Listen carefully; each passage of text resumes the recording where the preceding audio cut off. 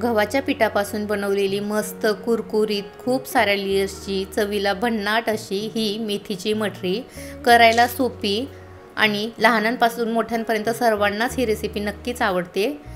यासाठी मी इथं मेथी घेतलेली आहे। मेथी ही स्वच्छ धुवून घ्यायची आणि इथे आपण मेथीचे कवळे कवळे असे पानं घेतलेले आहेत। लक्षात राहू द्या देठाचा वापर करायचा नाहीये, देठामध्ये कडवटपणा असतो, त्यामुळे आपण देठ इथं स्किप करायचे।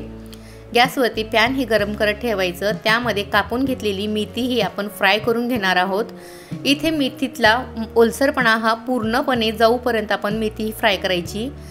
इथे मी 2 कप गव्हाचं पीठ घेतलेलं आहे, 4 ते 5 चमचे रवा, 2 चमचे पिठी साखर, 2 चमचे मीठ, 1 चमचा काळी मिरी पावडर, 2 चमचे तीळ, 1 चमचा हिंग, ओवा चांगला चोळून टाकायचा म्हणजे छान अशी चव येते, 1 चमचा तिखट, अर्धा चमचा हळद, कस्तुरी मेथी असेल तर टाका, नसेल टाकली तरीही चालेल, फ्राय करून घेतलेली भाजी, 4 चमचे तूप।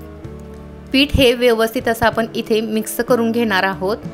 बघा या पद्धतीने पीठ हे आपलं इथं बाइंडिंग यायला पाहिजे, म्हणजे मठरी ह्या छान होतात। थोडं थोडं करून पाणी हे आपण इथे टाकून घेणार आहोत आणि पीठ हे आपल्याला मळून घ्यायचंय। या पद्धतीने आपण इथं पीठ हे मळून घेणार आहोत। बघा मस्त असं पीठ मळून झालेलं आहे। 10 मिनिटं आपण पिठाला ठेवून द्यायचं। इथे एका वाटीमध्ये 4 चमचे कॉर्नफ्लॉवर किंवा मैदा घेतला तरी चालेल, त्यामध्ये 4 चमचे तूप टाकायचं आणि एक पेस्ट अशी बनवून घ्यायची।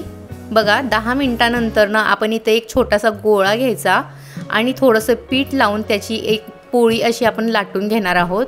त्यावरती आपण जी पेस्ट करून ठेवलेली होती ती पेस्ट लावून घ्यायची आणि या पद्धतीने घड्या करून घ्यायच्या। अशी घडी केली तर मस्त अशी मठरीला लेयर पडते। त्यासाठी आपण इथे अशा पद्धतीने आणखीन एकदा लाटून घ्यायचं आणि छान पेस्ट लावायची। आणखीन एकदा अशी घडी करायची।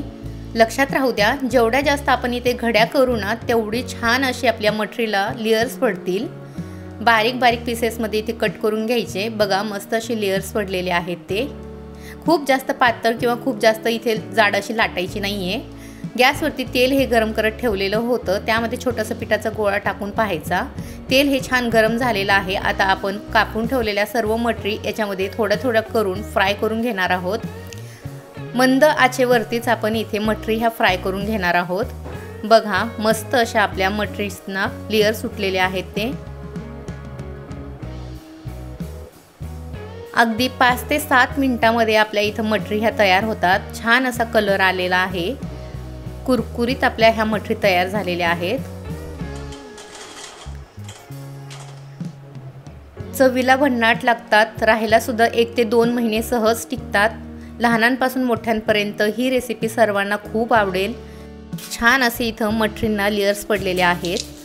तुम्हाला सुद्धा ही रेसिपी आवडली असेल तर व्हिडिओला लाईक आणि चॅनलला सबस्क्राईब नक्की करा। धन्यवाद।